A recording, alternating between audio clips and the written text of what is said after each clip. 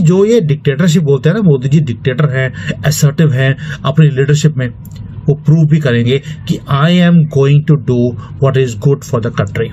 ये कोई तरीका नहीं है, मगर हिंदुस्तान बाज नहीं आता है, क्योंकि भारतीय नौसेना को 17 नए आधुनिक युद्धपोत मिल सकते हैं। इसके साथ ही 9 नई पनडुब्बियों को भी नेवी में शामिल करने की योजना है।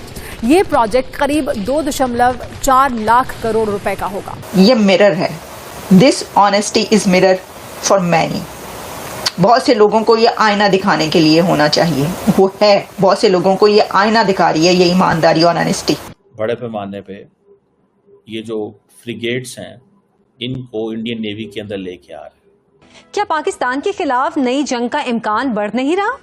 आपको क्या लगता है इस साल, अगले साल का तो बहुत, आज उन्होंने 52 सैटेलाइट्स भी कह दिए कि जी अगले साल के अप्रैल तक 52 हमारे ये वॉर सैटेलाइट्स भी ऑन हो जाएंगे। पाकिस्तानी फौज जिसने कश्मीर लेना था वो पीटीआई में उलझी हुई है, ठीक है जी, यहाँ के कानून में उलझी हुई है। हम आपस में लड़ रहे हैं, ये कह रहे हैं जी, आपस में लड़, ठीक है। तो फौज का ध्यान हमेशा मुसलमान होने के नाते बॉर्डर की तरफ होना चाहिए, ठीक है, उनका अंदर की तरफ है।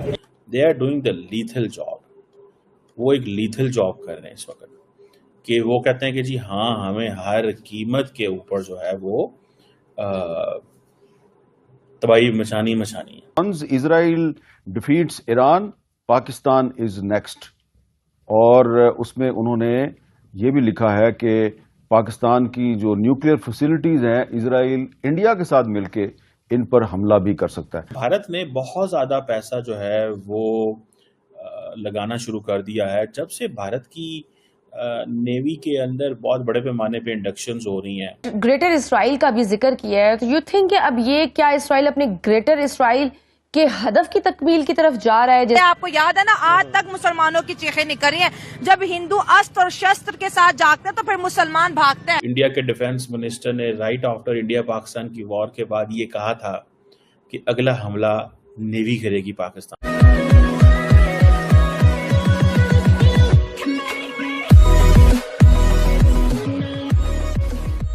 नमस्कार दोस्तों, अब यहाँ पर बात हो रही है तकरीबन 2.4 लाख करोड़, मतलब कि 2.5 लाख करोड़ के आसपास के यहाँ पर अमाउंट की बात हो रही है, जिसमें हो सकता है कि तकरीबन 17 आधुनिक युद्धपोत और 9 पनडुब्बियां, मतलब 9 सबमरीन की यहाँ पर बात हो रही है, जो इंडिया आने वाले दिनों में अपनी जो सैन्य है उसमें शामिल करेगा।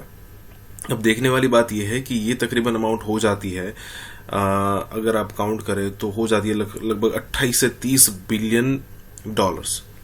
अब जरा सोचिए कि कितनी बड़ी अमाउंट है। अभी ऑपरेशन सिंदूर चल रहा है, मतलब कि जो पहला फेज था वो हमने उसके बाद पॉज आया है, लेकिन ऑपरेशन सिंदूर अभी भी चल रहा है। और ऐसी सिचुएशन में जब इंडिया परचेज कर रहा है इतनी सारी चीजें या फिर खुद बना रहा है, तब अब सोचने लायक बात है कि भाई पाकिस्तान की सिचुएशन क्या होगी। मतलब यहाँ पर कमर चिमा हो या फिर दूसरे पाकिस्तानी पत्रकार हो, यही कहते हुए नजर आएंगे कि भाई इंडिया जो है वो पता नहीं किस घोड़े पर बैठा है, लेकिन उसकी जो हथियारों की होड़ है वो बढ़ती ही जा रही है और पूरी दुनिया जो है वो हथियार बेचना चाहती है इंडिया को। तो ऑब्वियसली वो सारे के सारे कंट्रीज इंडिया की फेवर में आ चुके हैं। इसी के साथ ही वीडियो शुरू करते हैं। और हाँ दोस्तों, सुपर थैंक्स के जरिए हमारी मदद करना ना भूलें। ये हसास नौयत की ये मामलात हैं। बन्नू में मीरियान और हवेद की हदूद में 2 अलग अलग ड्रोन हमले जो हैं ये मीडिया ने रिपोर्ट किए हैं।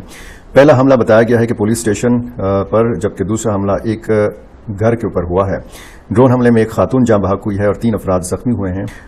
इलाके में शदीद खौफ व हरास है और ड्रोन्स का इस्तेमाल इन इलाकों में बढ़ रहा है।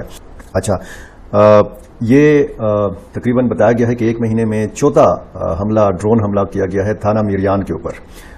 इसमें जो है ये बताया गया है कि मिलिटेंट्स की तरफ से बाकायदा ये ड्रोन का या क्वाडकॉप्टर का इस्तेमाल किया गया है और ये जो सोलर पैनल होता है सोलर एनर्जी के लिए, वो मुतासिर हुआ है। और कुछ रोज़ कबल इसी थाना के पीछे नाला टोची है, यहाँ पर एक बच्ची जो मवेशी चरा रही थी, ये भी एक ड्रोन हमले में जख्मी हुई थी। तो ये एक और कार्रवाई जो है ये हुई है थाना डडीवाला, जिला लकी मरवत की हदूद में। और आज हम बात करेंगे बलूचिस्तान की। तो हमने, जैसे कि अपने जो हमें देखने वाले हैं, उन्होंने हमसे कहा भी था कि जी बलूचिस्तान का बताइए, तो फखर आज हम एक शॉर्ट सी वीडियो करेंगे और बताने की कोशिश करेंगे कि बलूचिस्तान की सूरत हाल क्या है। Thank you very much. And आरजू, बलूचिस्तान की जो हालात हैं वो अनफॉर्चुनेटली हर गुजरते दिन के साथ ख़राब हो रहे हैं। और उसकी वजह ये है कि आपने वहाँ पर एक ऐसी चीज़ शुरू की हुई है कि जैसे लोगों के जो राइट्स हैं आप उसको सलब कर रहे हैं, कोई मौका नहीं दे रहे हैं। डॉक्टर मारंग को हम अगर देखें तो उनके साथ अगर देखा जाए तो जो MPO के तहत उनकी जो जेल के अंदर कस्टडी है उसको हर 15 दिन के बाद एक्सटेंड किया जाता है। किस कानून के तहत उनके मतलब जुर्म बताया जाए कि कितना 3 महीने तो उनको हो चुके हैं वहाँ पर। फिर इस तरीके से अगर हम ये देखें कि BLA ने गुज़िश्ता 1 महीने में या 15 दिनों में कोई बड़ा हमला नहीं किया, मानते हैं इस बात को, लेकिन क्या वहाँ की आवाम बैठ गई है? उन्होंने अपना प्रोटेस्ट करना छोड़ दिया है? वो जो उनकी मांगे हैं उससे वो पीछे हट गए हैं? मेरे ख्याल में इसका जवाब है द बिग नो। वहाँ के लोग अपने राइट्स के लिए वो लड़ रहे हैं और उनका लड़ने का ये नहीं है BLA बंदूक उठा के वो कहते हैं कि हम ये करेंगे, लेकिन जो आम आवाम है वो बंदूक नहीं उठा रहे, बल्कि वो जो एक कॉन्स्टिट्यूशनल राइट है उनका, उसके जरिए वो ये अपनी जंग लड़ रहे हैं।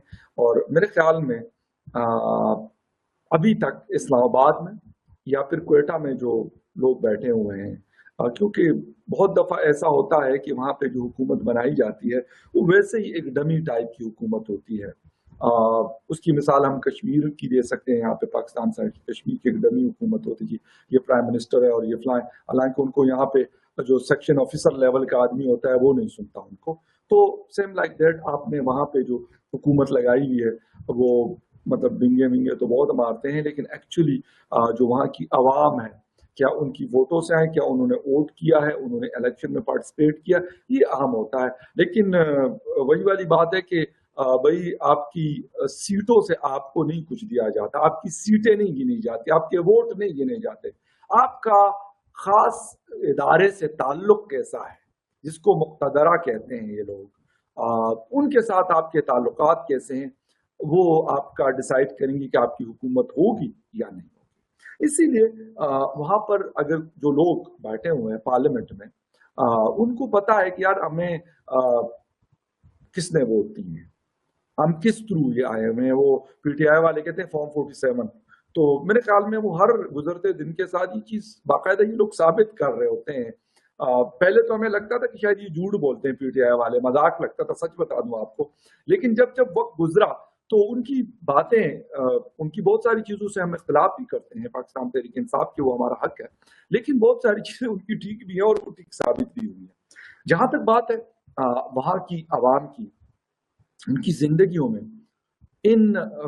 मतलब अगर हम 5 साल की बात करें, 10 साल की बात करें, 20 सालों की बात करें, क्या पॉजिटिव चेंज आया है उनकी जिंदगी? बच्चा जब उनका मैट्रिक पास करता है, कॉलेज जाता है, तो उनके माँ बाप का दिल धड़क रहा होता है कि खुदा खैर करे कि हमारे बच्चे को उठाया ना जाए। मेजॉरिटी, आप बेशक किसी की भी बलूचिस्तान के हवाले से स्टोरीज पढ़ लें, यही चीजें आपको मिलेंगी।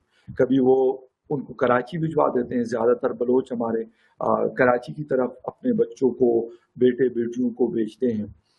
जो नहीं अफोर्ड कर सकते तो मजबूरन उन्होंने उनको वहां रखना है, क्योंकि लाजमी बात है कराची में एक बच्चे या 2 बच्चों का खर्चा कोई आम तो नहीं है, मुश्किल काम होता है वो सारा उठाना। लेकिन फिर भी बेचारे कोशिश करते हैं कि यार हम इनको यहाँ पे निकाल दें, या फिर वो किसी और सिटी इस्लामाबाद और लाहौर में भेज देते हैं। लेकिन अफसोस के साथ लाहौर और इस्लामाबाद में भी कुछ इस किस्म की खबरें आई हैं और कुछ इस किस्म का सलूक होता है। कायद-ए-आज़म यूनिवर्सिटी की मिसालें हमारे साथ। जब से नरेंद्र मोदी जो कि गुजरात का कसाब है, जब से ये भारत में आया है, और अब भी इलेक्शन कैंपेन में आप देख लीजिएगा, जितना पाकिस्तान के खिलाफ वो जहर उगलता है, जितना कश्मीर में जुल्म का सिलसिला बढ़ा दिया जाता है, उतना ही उनका वोट बैंक मजबूत तस्वुर किया जाता है।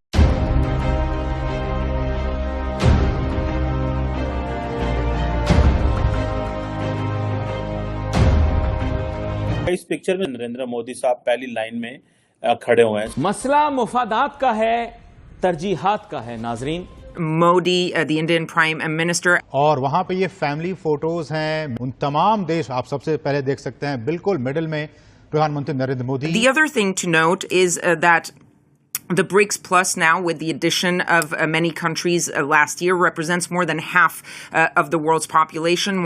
मैंने देखा है कि अगर आपने डिप्लोमेसी सीखनी है तो आप प्राइम मिनिस्टर मोदी और उनकी टीम से सीखें। जैसे हम अपने प्राइम मिनिस्टर की बात करें तो अभी तक हमने नहीं देखा कि वो किसी दौरे पर नजर आए हैं। यहाँ पर ये 5 देशों का जो दौरा करते हुए दिखाई दे रहे हैं, बिजनेस डील्स होती हुई दिखाई दे रही हैं, तो इट मीन्स कि इंडिया की जो इकोनॉमी है मे बी नेक्स्ट ईयर हमें तीसरी बड़ी इकोनॉमी नजर आए। माइक्रोसॉफ्ट है, उसने पाकिस्तान में आफ्टर 25 ईयर्स अपने बिजनेसेस शट डाउन कर दिए हैं।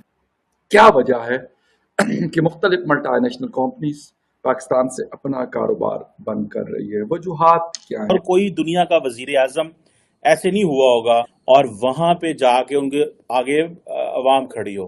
तो ये रिमोट कंट्रोल हो, जब सिक्योरिटी सिस्टम आप हमारा देखिए, आप हमारी जो एजेंसी है नंबर 1 एजेंसी, जी नंबर 1 एजेंसी, उसको देखिए कि उनको पता ही कोई नहीं लगा। माइक्रोसॉफ्ट में 25 ईयर्स से जो लोग काम किया करते थे अब वो काम नहीं कर रहे और वो जॉबलेस हो चुके हैं।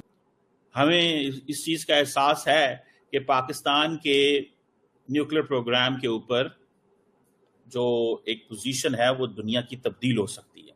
सो we have to be very very. आज पूरी दुनिया में मुसलमानों को निकाल करके बाहर फेंका जा रहा है, चाहे वो डच हो, चाहे वो इटली हो, चाहे वो अमेरिका हो, चाहे वो ब्रिटेन हो।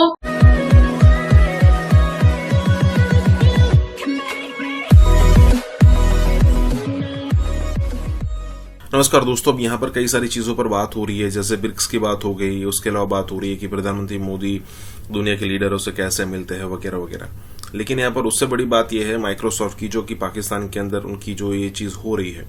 अब उनका आखिरी ऑफिस था माइक्रोसॉफ्ट का पाकिस्तान के अंदर, वो भी बंद हो रहा है। अब जरा देखिए, जरा समझने की कोशिश कीजिए कि पाकिस्तान के पास 22 से 25 करोड़ की पॉपुलेशन है। इतनी पॉपुलेशन किसी भी इंटरनेट कंपनी को या फिर कहे कि कोई भी कंपनी को जो कि फेसबुक टाइप हो या फिर कहे कि गूगल हो, माइक्रोसॉफ्ट हो, उनको अट्रैक्ट करने के लिए काफ़ी है। अगर आप दुनिया के अंदर कोई भी ये बड़ी आईटी कंपनी ले लीजिए, वो बिल्कुल नहीं चाहते कि इंडिया का मार्केट वो लूज करे।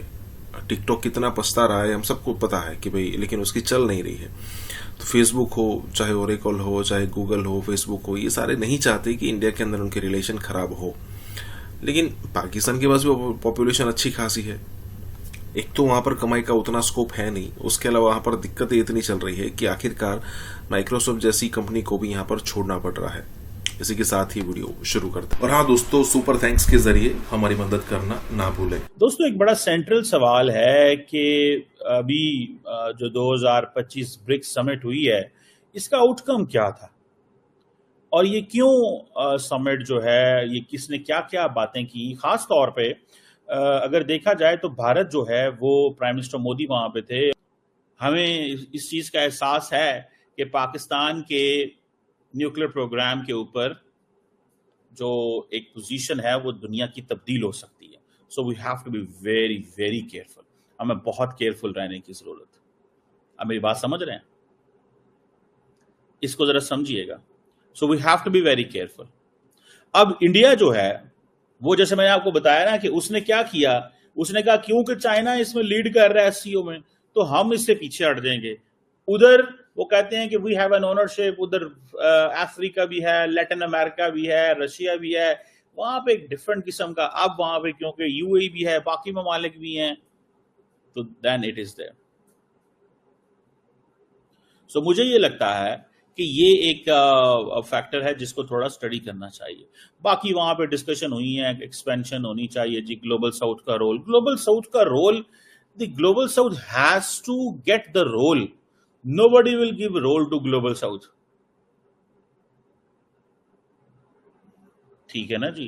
Nobody will give role to global south. Global south has to get that role with its economic strength, with political relevance, with its being a military power, with having a clear agenda.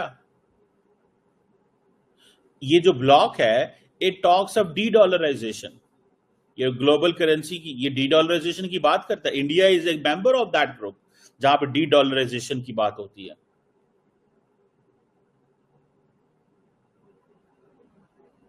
लेकिन वो जयशंकर ने कहा था कि नहीं, हम इन चीजों को नहीं वो करते, ये ब्रिक्स पे लेके आना चाहते हैं।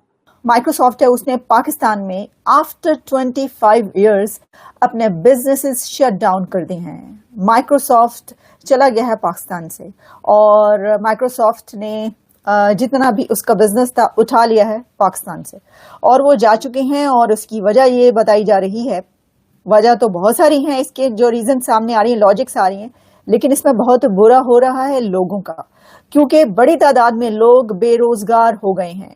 माइक्रोसॉफ्ट में 25 ईयर्स से जो लोग काम किया करते थे, अब वो काम नहीं कर रहे और वो जॉबलेस हो चुके हैं। This is so sorry, I feel so sorry for them कि देखिए ऐसे भी नौजवान थे वहां पर कि जो 25,000 पे, 30,000 पे, 50,000 रुपीस पे भी काम कर रहे थे और अपना घर चला रहे थे।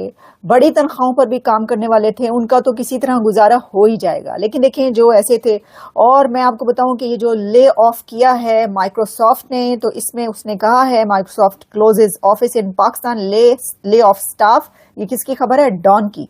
ये मैं सिर्फ कहीं इधर उधर से खबर देखकर नहीं बता रही, डॉन की ये हेडलाइन है। और उन्होंने कहा है कि ये जो है ना अपने ऑफिसेज क्लोज कर दी हैं। जवाद रहमान जो कि माइक्रोसॉफ्ट के पहले हेड थे शायद पाकिस्तान के अंदर, उन्होंने एक लंबी चौड़ी जो है वो पोस्ट की सोशल मीडिया पे, जिसमें उन्होंने कहा कि जी ये हालात हैं और ये जो है वो उठाकर ले गए हैं अपने बिजनेस यहां से, and Microsoft is officially closing it's operations in Pakistan. ये हालात हो गए इकोनॉमी के। ये क्या हुआ है और ये क्यों हुआ है? ये तो समझ में ना आने वाली बात है। अगर वो काम करे थे इतने अरसे से, तो कोई कहने लगा कि जी जो करेंसी है वो इतनी डी वैल्यू है, कोई कहने लगा उनको बड़ी प्रॉब्लम्स थे पाकिस्तान के अंदर और उनका जो है बिजनेस सही नहीं चल रहा था, वो मजबूरन चला रहे थे। कोई कहने लगा कि और बहुत सारी जो है उनको इसमें प्रॉब्लम्स थी, बहुत सारी ऐसी। अब देखिए इसके बारे में एक तो ये है कि ये कहा गया है कि जो उनके लोकल पार्टनर्स हैं उनके थ्रू वो ये बिजनेस जो है वो चलाते रहेंगे। ओके, अब मुझे नहीं पता लोकल पार्टनर्स के थ्रू कितना बिजनेस चल सकता है। अच्छा, लेकिन मैं आपको ये बताना चाहती हूँ कि उन्होंने कहा we will serve our customers through both our strong and extensive partner organisations and located closely located. ये तो बहाना ही है, यानी ये तो आप ये कह लें कि अब जा रहे हैं तो आपने कुछ ना कुछ तो कहना है ना। अब जैसे कोई जो ऑफिस बंद हो तो उसका जो स्टाफ को निकाला जाए तो उसको क्या कहा जाता है कि हम तुम्हें बहुत जल्दी वापस बुला लेंगे, लारा दिया जाता है डोंट वरी, अगर तुमने कुछ शोर वोर ना मचाया तो हम ये करेंगे कि हम तुम्हें जल्दी दोबारा हायर कर लेंगे। वो उन्होंने करना कुछ नहीं होता, वो चाहते हैं कि जो स्टाफ है ना वो बागी ना हो जाए, वो स्ट्राइक ना कर दे कोई बहुत बड़ी। मुझे लगता है ये वाली जो स्टेटमेंट है ये तो माइक्रोसॉफ्ट ऑफिस की कुछ इसी तरह की है कि हाँ ठीक है कोई बात नहीं, मसला नहीं है, हम कुछ ना कुछ करते रहेंगे, कोई इसमें जो है। अच्छा जी, उन्होंने कहा है जी, रॉयटर्स ये रिपोर्ट कर रहा है कि 2,28,000 एम्प्लॉइज में से जो है 4% तो कम से कम फौरी के फौरी उन्होंने कट कर दिया। और इसमें वो कह रहे हैं कि कुछ 6-7 हजार से ज्यादा जो लोग हैं वो तो फौरी तौर पर बेरोजगार हो चुके हैं। ठीक है, तो अब आप देख लें कि आगे क्या बनेगा, क्या होने जा रहा है। हसन साहब, अखबारी खबर के मुताबिक सऊदी अरब ने हज और उम्रे के वीजे पर आने वाले पाकिस्तानी बिकारियों की बढ़ती हुई तादाद पर शदीद तशवीश का इजहार किया है। लेकिन भाई पाकिस्तान के ऊपर ये क्या बोल दिया? आपने कर्मा ही कह दिया, डॉक्टर जयशंकर ने कर्मा ही बोल दिया है। उन्होंने कहा कि ये सब किया धरा जो है इनका अपना है। पाकिस्तान और ईरान ने काफी अरसा पहले एक गैस पाइपलाइन का मुआहदा किया था। ईरान की तरफ से वो गैस पाइपलाइन अपने इलाके तक बिछाई जा चुकी है, पाकिस्तान जो है उसको रोक दिया अमेरिका ने। Securing energy needs of our people is understandably an overriding priority for us. We would particularly caution against any double standards on the matter. बीबी मैं तो हैरान हो गया हूं। तो दिल्ली से जो जवाब गया उसने पूरी दुनिया को हिलाकर रख दिया। कैमरे पर लाइव प्रेस कॉन्फ्रेंस में नाटो जैसे शक्तिशाली संगठन को ऐसी फटकार लगाई गई कि सुनकर उनके होश उड़ गए। और यहाँ पे अगर इंडिया की बात करें, इंडिया के नरेंद्र मोदी ने वाकई स्टैंड लिया, उसने अपना बताया। चीन की जानिब से पाकिस्तान को J-35 देने की जो डील थी, जो कि इसी साल अगस्त में या फिर इस साल के एंड पर मिलने थे, क्या वो डील कैंसिल हो चुकी है? ईरान ने गलत टाइम चूज किया। बात की चर्चा जोरों से शुरू है कि रूस, भारत, चीन के त्रिपक्षीय फॉर्मेट जिसे RIC के नाम से जाना जाता है, उसे शुरू किया जा सकता है। कोई भी कंट्री अपने मुफाद के लिए लेता है, हाँ, उनको अपना मुफाद है, उन्हें पता है कि ये चीज हमें कम कीमत में रशिया दे रहा है, वो क्यों जाएगा जनाब अमेरिका के पास, क्यों जाएगा सऊदीया के पास, क्यों जाएगा वो किसी और कंट्री के पास। क्या ये माना जाए कि उनकी हेकड़ी सारी निकल गई है 24 घंटे में? पहले भारत को डरा धमका रहे थे, खुद डरा रहे थे, फिर नेटो के जरिए डराने की कोशिश की। नरेंद्र मोदी जैसा एक इतना जबरदस्त उनके पास लीडर है, मैं कहूंगा कि यार हमें सीखना चाहिए हमें अपने नेबर से कि वो अपने फैसले कैसे लेते हैं, दुनिया को कैसे आंखें दिखाते। प्रेसिडेंट बनूंगा वैसे 24 घंटे के अंदर में वॉर रुकवा दूंगा। क्या भारत को फर्क पड़ेगा? I don't think so.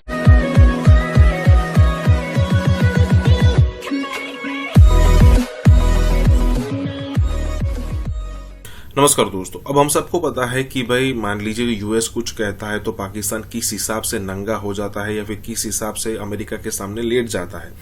वो कहता है कि भाई ठीक है भाई, आप जैसा कहते हो वैसा करेंगे।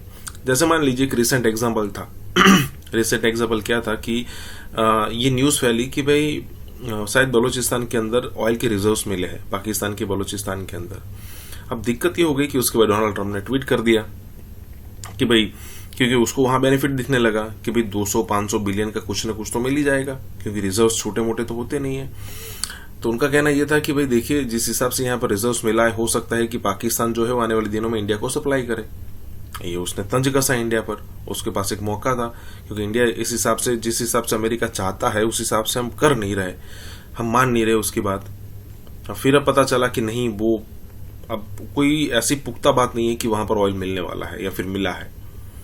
तो कहने का मतलब ये है कि इंडिया की एक अपना अलग स्टांस है। कितनी बार वेस्टर्न मीडिया, खास करके यूरोपियन पत्रकार और अमेरिकन पत्रकार जयशंकर साहब से बहुत बार पूछ चुके, और जयशंकर साहब का जवाब भी उनको उसी हिसाब से मिलता था कि भाई देखिए, आप करें तो ठीक है, हम करें तो ये बात गलत है, ये सब दोगलापन तो कैसे चलेगा।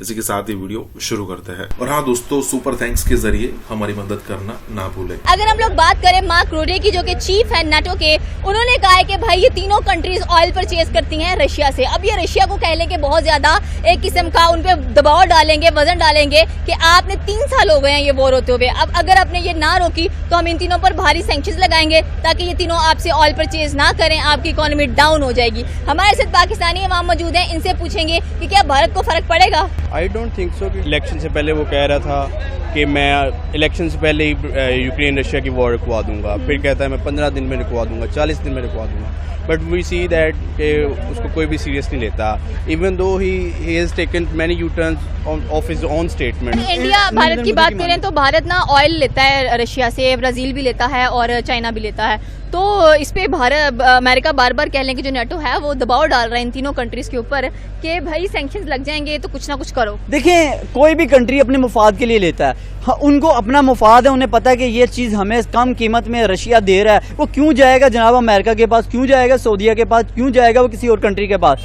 तो उसको अपना मुफाद सबसे आसान और बेहतर नजर आ रहा है, वो भी इंडिया से रशिया से आ रहा है। रशिया से क्रूड ऑयल जो है उसको एक कम प्राइस में मिल रहा है, उसे अपने मुल्क में लाकर रिफाइन करके दूसरे मुल्कों को सेल कर रहा है, उसे वो रेवेन्यू जनरेट कर रहा है, वो एक मतलब एक अच्छा इकदाम उठाया। तो मेरे ख्याल से अगर ये वो काम कर रहा है तो ये उसने अपनी बेहतरी के लिए किया। और यहाँ पे अमेरिका चाहता है कि किसी तरीके से जो है वो रशिया का ऑयल ना बिके, रशिया पे जो है वो सैंक्शंस लगाई जाए, अलग कर देना चाहता है, करना चाहता है। वो यही चाहता है कि किसी भी तरीके से ये तीनों मुल्क जो है वो रशिया को सपोर्ट ना करे, रशिया को कमजोर कर दिया जाए। अब देखेंगे, रशिया से पाकिस्तान ने भी ऑयल लेने की बात की थी, लेकिन पाकिस्तान के जो है वो रेजीम चेंज करवाई गई और पाकिस्तान के खिलाफ करके जो पाकिस्तान के अंदर सिनेरियो बनाया गया, आज आप देख ले जो पाकिस्तान में चल रहा है। इसी तरह वो चाह रहा है कि इंडिया भी उनके काबू में आ जाए, वो चाह रहा है इसी तरह से जो दूसरे ममालिक है। असल में यहाँ डेमोक्रेसी नहीं है, डेमोक्रेसी बड़े नाम है, और इंडिया में डेमोक्रेसी है। जब इंडिया में डेमोक्रेसी है तो इंडिया कभी भी नहीं चाहेगा, वो आजाद ख्याल लोग हैं और अपने फैसले करना जानते हैं। नरेंद्र मोदी जैसा एक इतना जबरदस्त उनके पास लीडर है,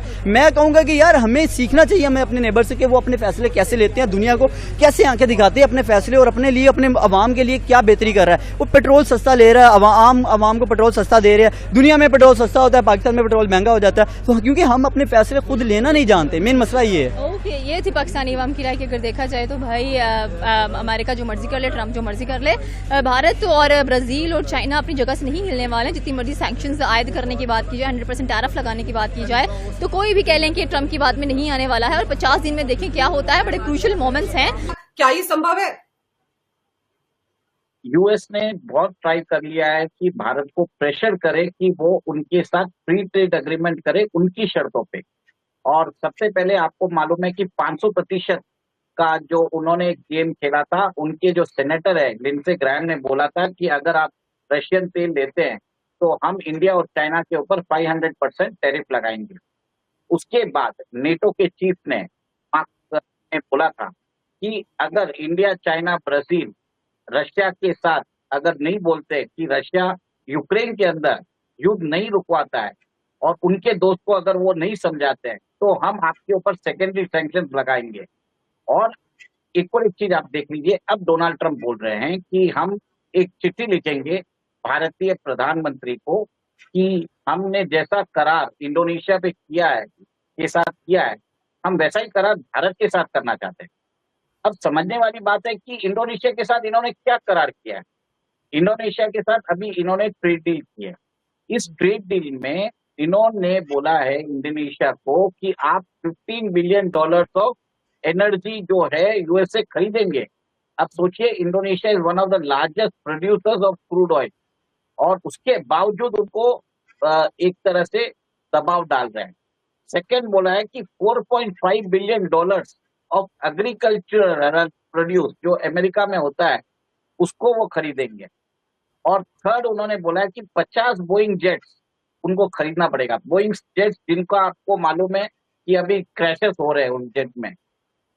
और एक और एक चीज है, अमेरिकन प्रोडक्ट्स जो इंडोनेशिया में आएंगे उसके ऊपर 0 टैरिफ लगेंगे। तो यहाँ पे तो रशिया ने क्लियर कट कह दिया, भाड़ में जाओ, हम कोई चीज फायर नहीं करने वाले हैं। मैं इसी को इंडोर्स करता हूँ कि पुतिन इसको प्रेशर में नहीं आएगा, बिकॉज उनके भी सॉवरेनिटी का मसला है और वो अपने लिए थ्रेट समझते हैं कि if Ukraine didn't change the government, तो इसलिए आई डोंट थिंक सो कि पुतिन भी इस पे एग्री होगा और वो इसको प्रेशर लेगा। लेकिन लेट्स सी मेजर 3 बड़ी कंट्रीज आ रही हैं, ब्राजील आ रहा है, भारत आ रहा है और साथ में चाइना आ रहे हैं। तीनों के प्रेसिडेंट्स को भी वार्न कर दिया गया है, सैंक्शंस लगेंगे, 100% टैरिफ होगा, धमकाओ दबकाओ जो मर्जी करो, पुतिन को वॉर रुकवाओ। टैरिफ का क्या कर लेंगे, ट्रम्प ने भी टैरिफ लगा दिया था, 150% से ऊपर टैरिफ लग गया था, लेकिन वो रिवर्स हो गया। तो ये करके देख लेंगे, ये भी रिवर्स हो जाएगा। It will not affect all of these countries because they have their own foreign policies और आई डोंट थिंक सो कि वो इतना अफेक्ट करेगा।